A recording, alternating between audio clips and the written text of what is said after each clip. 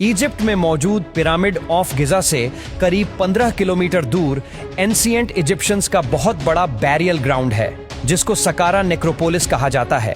यहाँ आर्कियोलॉजिस्ट को दफनाए गए आर्टिफैक्ट्स, ममीज और पपायरस भी मिल चुके हैं।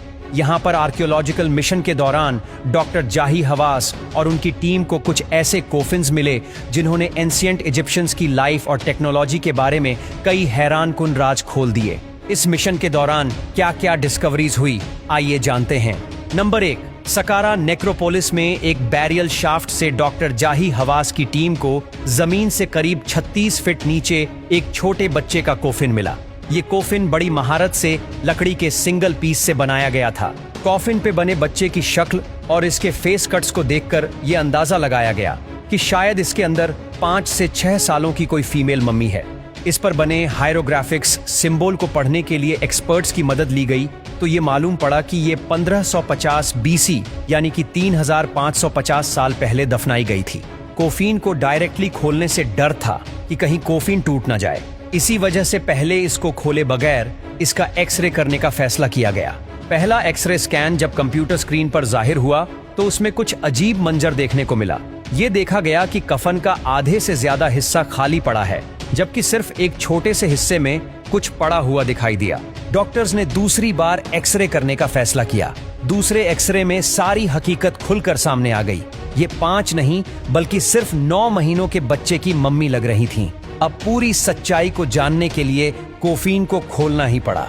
बड़ी एहतियात से जब कोफिन का ढक्कन ऊपर किया गया तो इसके अंदर वाकई में एक छोटे बच्चे की मम्मी कपड़े में लिपटी हुई थी। ऐसा पहली बार हो रहा था कि आर्कियोलॉजिस्ट को किसी बड़े कोफिन से एक बेबी की मम्मी मिली हो। डॉक्टर जाही हवास का कहना था कि ये इस बात की निशानी है कि न सिर्फ बड़ों की बल्कि एंशिएंट इजिप्शियंस अपने बेबीज की आफ्टर लाइफ में भी बिलीव करते थे।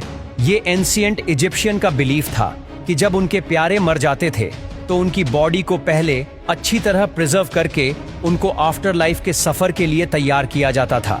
उनके कोफिन पर हायरोग्लिफिक्स लिखवाए जाते थे और अपनी अपनी हैसियत के हिसाब से कोफिन में जेवरात भी डाले जाते थे। नंबर 2, इसी आर्कियोलॉजिकल मिशन के दौरान सकारा नेक्रोपोलिस पे खोदी गई एक शाफ्ट से डॉक्टर जाही हवास की टीम को एक अनोखा कोफिन मिला। इस कोफिन पे लिखी हुई इंफॉर्मेशन के हिसाब से ये किसी फीमेल का कोफिन है जिसपे उसका नाम मोट मेटी लिखा हुआ है। 3500 साल पहले दफनाए गए इस कॉफिन पे नाम तो किसी फीमेल का था, लेकिन इसकी हड्डियां बहुत ही अलग कहानी बता रही थीं। इसमें एक नहीं बल्कि 2 स्केलेटन मौजूद थे। हड्डियों के मुआयने से मालूम पड़ा कि इसमें 18 साल का एक लड़का और 40 साल की एक खातून को रखा गया था। क्या ये दोनों एक दूसरे से रिलेटेड थे?